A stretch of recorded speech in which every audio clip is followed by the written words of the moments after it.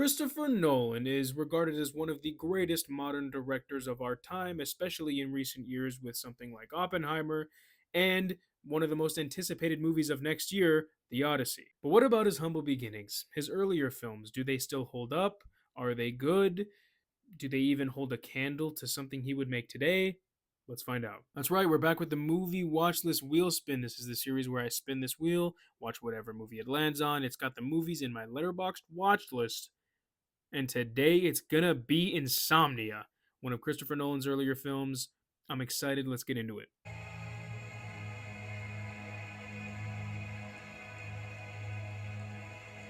So, Insomnia, directed by Christopher Nolan, it stars the likes of Al Pacino, Robin Williams, Hilary Swank, and it's about this detective who goes to Alaska to solve a case, but he can't get any sleep and he just slowly dives into insomnia. I think this is a pretty good watch. I found the story really interesting, although a lot easier to swallow than some of Nolan's other films. I think it still has glimpses of that staple Nolan style that we've all come to know. It deals a lot with, time and mystery, and obviously it's a crime thriller, so there's a lot of twists and turns, a lot of details getting revealed later on. And with two great performances from Al Pacino and Robin Williams, you can't help but stay on the edge of your seat and wonder what's going to happen next. And I find it interesting that there are some connections between Al Pacino's character and Robin Williams' character.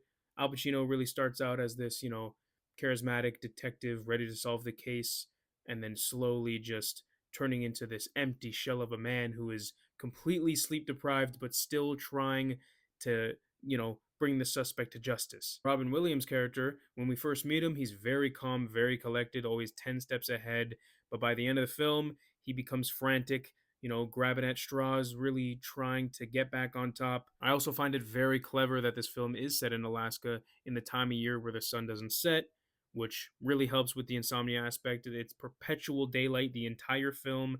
Not just the characters, but us viewers don't know what time of day it is. We kind of just get lost.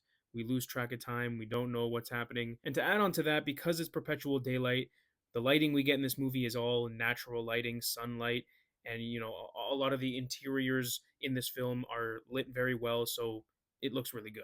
And it is just always nice to see Robin Williams in a movie, even if it is in a somewhat villainous role.